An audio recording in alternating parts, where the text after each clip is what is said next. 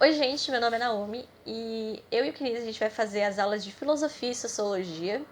Então, nessa primeira aula, a gente vai falar um pouco sobre o surgimento da filosofia e sobre os filósofos pré-socráticos.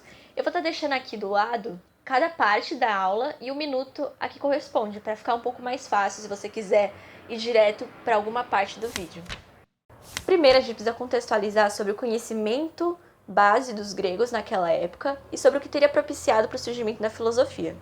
Os gregos eles acreditavam numa série de divindades, em deuses e semideuses.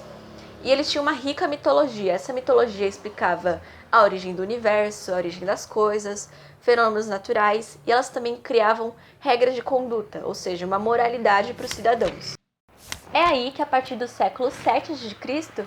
que vai surgir então a filosofia. Se a gente pegar a palavra filosofia, o que a gente tem, né? Philo significa amizade e sofia, que significa sabedoria. Então seria algo como amizade pela sabedoria ou amor pelo saber. Os primeiros filósofos, que ficaram conhecidos depois como pré-socráticos, eles fizeram essa ruptura, né, do conhecimento baseado no mito para o conhecimento baseado na razão, no pensamento racional. É importante ressaltar aqui que quando a gente diz pré-socráticos, não quer dizer que eram todos os filósofos que vieram antes de Sócrates, né? Porque tanto é que tinham filósofos pré-socráticos que eles eram contemporâneos do próprio Sócrates. Essa categoria diz respeito mais ao tema que eles estudavam. Dito isso, vamos falar sobre as principais características dos pré-socráticos. Primeiro, os pré-socráticos eles pretendiam investigar de forma racional a physis, ou seja, a natureza. Diferente, por exemplo, do Sócrates, que a gente vai ver na próxima aula, onde sua reflexão se voltava para o ser humano. Segundo, eles pretendiam construir uma cosmologia. Por cosmologia a gente entende o quê? Cosmo significa universo e logia significa razão, pensamento, fundamento racional.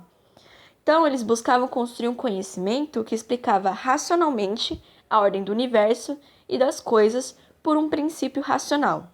Então, o que era exatamente esse princípio, né? Esse princípio era chamado de arqué, e ela podia ser entendida como uma essência fundamental que formava e dava origem a todas as outras coisas. Antes de falar sobre cada um dos pré-socráticos, eu quero ressaltar algumas coisas. Primeiro, quando a gente pensa nessa ideia de que todas as coisas do universo teriam surgido de uma unidade primordial, isso não é exclusividade só da filosofia. Por exemplo, se a gente pegar a própria mitologia grega, a gente pode sim encontrar algumas similaridades. Por exemplo, na mitologia da criação dos gregos, no início só existiria um deus primordial, o caos. Ele era o próprio universo e continha dentro de si tudo, mas tudo em completa desordem. Dele surgiram Gaia, que representa a terra, Tártaro, que representa o mundo subterrâneo, e Eros, o amor. E de cada uma dessas divindades vieram outras, e da união entre elas nasceram mais outras. O que a filosofia vai fazer de diferente é o seguinte: se no mito temos seres antropomórficos, a filosofia vai despersonificar. Então a explicação vai deixar de ser por seres míticos e passa a ser por elementos que estão na natureza. A segunda coisa que eu quero ressalvar aqui é que quando a gente fala de filosofia, a gente está falando de filosofia ocidental. Então, é importante tirar essa ideia de que os gregos eles seriam super iluminados e que a filosofia só teria surgido com eles. Por que não? Além disso, a filosofia grega, a própria filosofia grega, ela teve influência de vários povos, de caldeus, de fenícios, de egípcios, entre outros. E uma coisa importante para a formação da filosofia grega era a questão política. Lá na Grécia, a base organizacional, né, da política e da sociedade eram as polis, ou seja, cidades-estado. Nessas cidades-estado, uma parte dos cidadãos, né, eles tinham acesso ao debate público acerca das políticas da polis. E uma coisa que a gente pode observar, né, da importância da polis para os gregos é a gente observar os nomes dos filósofos pré-socráticos. Então é sempre o nome acompanhado da polis. Por exemplo, Tales, Tales de Mileto. Pitágoras, Pitágoras de Samos. Heráclito, Heráclito de Éfeso. E assim por diante.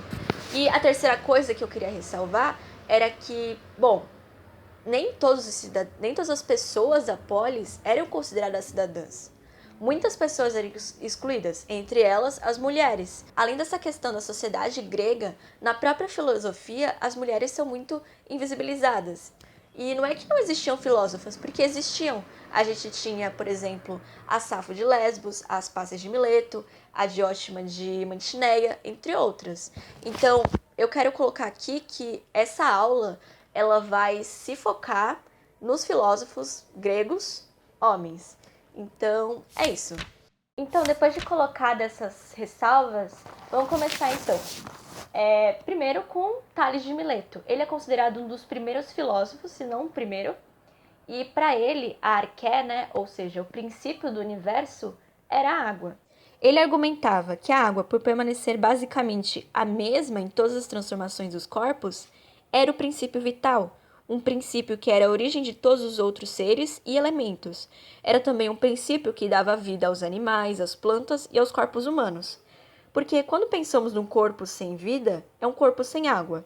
Resumindo em suas próprias palavras, tudo é água. Em seguida temos Anaximandro. O Anaximandro ele era discípulo de Tales. Só que, diferente do seu mestre, ele chegou em outra conclusão. Ele tentou observar vários elementos, a terra, o fogo, o ar, a água, mas ele não encontrou entre esses um que fosse o princípio, né?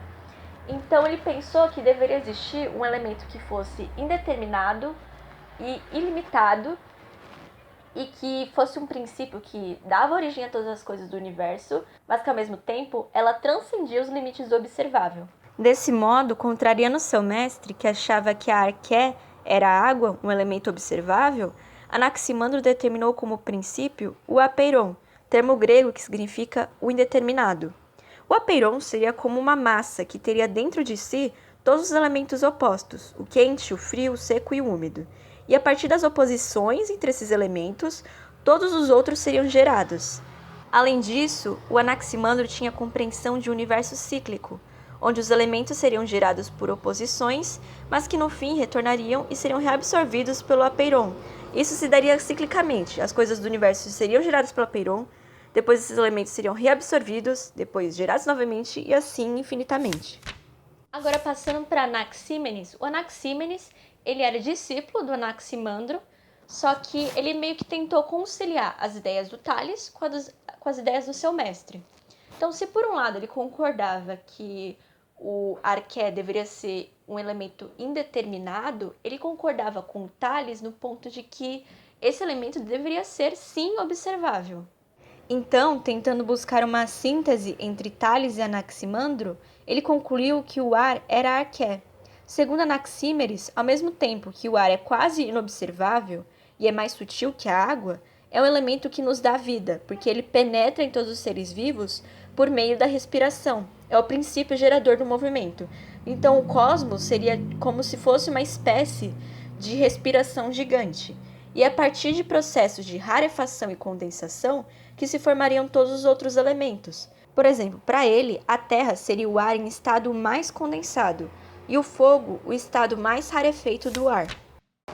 Agora, passando de Mileto para Samos, temos o Pitágoras de Samos. O Pitágoras ele é bem conhecido, né, na matemática por conta, por exemplo, do Teorema de Pitágoras, mas aqui a gente vai falar sobre o seu pensamento filosófico, que também está muito ligado à matemática.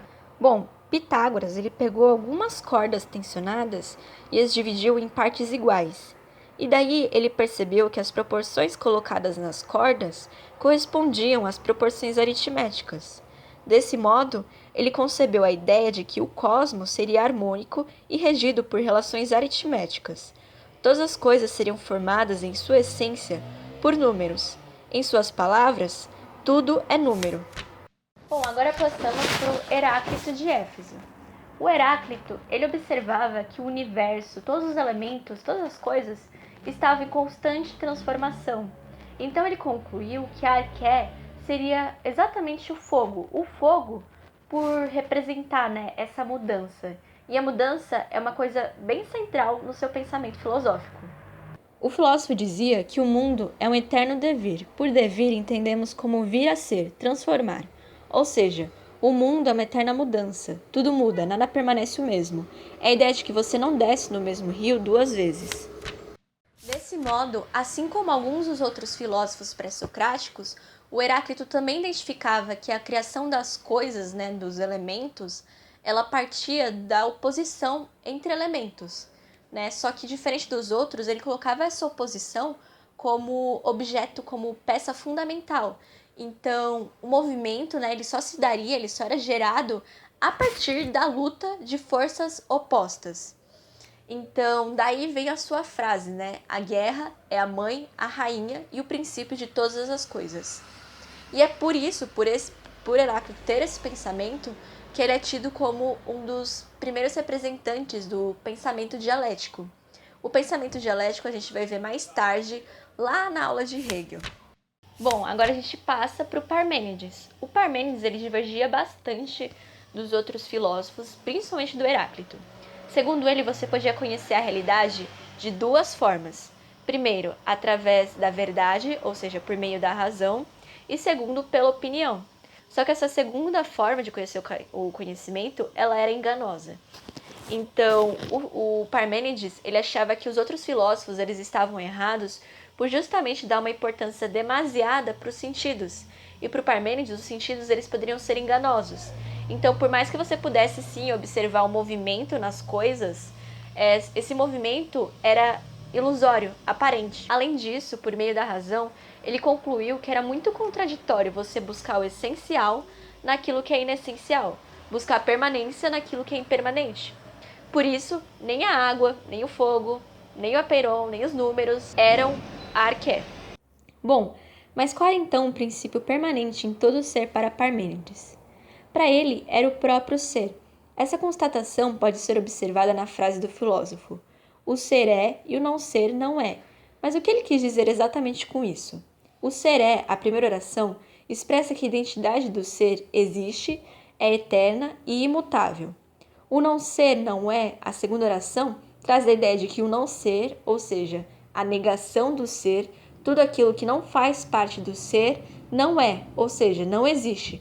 Portanto, o não ser não é significa que nada não existe. Isso parece óbvio, mas podemos aplicar isso à concepção de que a mudança, o devir, faz parte do não ser, ou seja, da negação do ser, pois mudar é justamente não ser mais aquilo que era. Logo, como a negação do ser não existe, a mudança também não existe. A mudança é, como disse antes, ilusória, contrariando totalmente a concepção de Heráclito. Em seguida, temos o Zenão. O Zenão, ele era discípulo do Parmênides e concordava com seu mestre. Então, para mostrar que o movimento ele era ilusório, ele demonstrou o paradoxo de Zenão. A história do paradoxo é o seguinte: imagine uma corrida entre você e uma tartaruga, sendo que a tartaruga tem uma vantagem e começa a corrida na frente de você. Apesar dela ser mais lenta, à medida que você chega na metade entre o espaço de vocês dois, ela sempre vai estar na vantagem. Então você se aproxima um pouco e ela está um pouquinho mais à frente. Você se aproxima mais um pouco e ela ainda está na vantagem. Isso infinitamente. Seguindo esse raciocínio, você nunca vai ultrapassar a tartaruga, porque o espaço entre você e a tartaruga pode ser dividido infinitamente. Isso não faz o menor sentido na realidade. Portanto, através desse paradoxo, Zenão demonstra como o próprio conceito de movimento é contraditório. Por fim, temos os chamados filósofos pluralistas. Esses filósofos tentaram resolver o problema deixado por Parmênides sobre o suposto imobilismo do universo. Eles vão propor que a origem do universo não se deu por um elemento, mas por vários. Então, o Empédocles vai propor que foram 4 elementos, o Anaxágoras, que foi as homeomerias, e o Demócrito, que foram os átomos. Tentando conciliar as ideias de Parmênides e Heráclito, o Empédocles ele vai reconhecer a permanência do ser, mas ele também vai tentar achar uma forma de tornar racional aquilo que é captado pelos sentidos. Desse modo, Empédocles propõe a existência não de um elemento, como haviam dito os outros pré-socráticos, mas de 4 elementos primordiais, que seriam a água, a terra, o fogo e o ar, que dariam origem a todos os outros elementos. Esses 4 seriam transformados e misturados de diferentes maneiras por movimentos de atração e repulsão, formando outros elementos. Em seguida, temos o Anaxágoras. O Anaxágoras ele dizia que a origem do universo teria sido dado por elementos infinitos.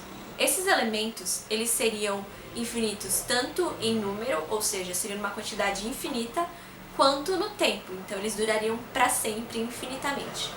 Esses elementos, chamados de homeomerias, que significavam sementes, se agregavam para formar outros elementos ou se separavam para os elementos deixarem de existir. E, independente das separações e agregações, cada semente era diferente da outra. Então, por exemplo, as sementes que estão na carne podem ser diferentes das sementes que formam a pedra. Além disso, essas sementes, elas sempre mantinham sua respectiva qualidade, ou seja, se era pequena, continuava pequena, se era grande, continuava grande. Além disso, o que determinava essas separações e agregações era o que Anaxágoras chamou de nous, ou seja, inteligência, espírito. Esse nous é um elemento autônomo, ou seja, não se misturava com as sementes, e também era infinito. Portanto, as sementes criavam tudo a partir do movimento do nous. Por último, temos o Demócrito. O Demócrito e o seu mestre Leucipo, eles formaram uma doutrina que ficou conhecida como atomismo. Então, o Demócrito ele concordava com Parmênides na questão da permanência do ser, mas ele não acreditava que o movimento fosse uma ilusão. Segundo Demócrito, todas as coisas que formavam a realidade eram constituídas por partículas indivisíveis e praticamente invisíveis, chamadas de átomos. A, não e tomo, divisão, ou seja, não dividiam. Como na visão de ser do Parmênides, esses átomos seriam unos e eternos. No entanto, para Demócrito, a realidade não era só composta de átomos, mas também pelo vazio, e era justamente esse vazio que tornava possível o movimento do ser, ou seja, o movimento dos átomos, pois sem esse vazio, nenhuma coisa poderia se mover. Segundo Demócrito, nada nasce do nada, nada retorna ao nada. Isso acontece pois tudo não passa de aglomerações, repelimentos ou separações entre os átomos, que formam diversos elementos e corpos. Por exemplo, os pensamentos seriam aglomerações mais leves e sutis entre os átomos. O nascimento e a morte seriam apenas o resultado da união ou separação de átomos. Então é isso, gente. Eu espero que tenham gostado dessa aula. Na próxima, a gente vai falar um pouco mais sobre a filosofia antiga. E é isso.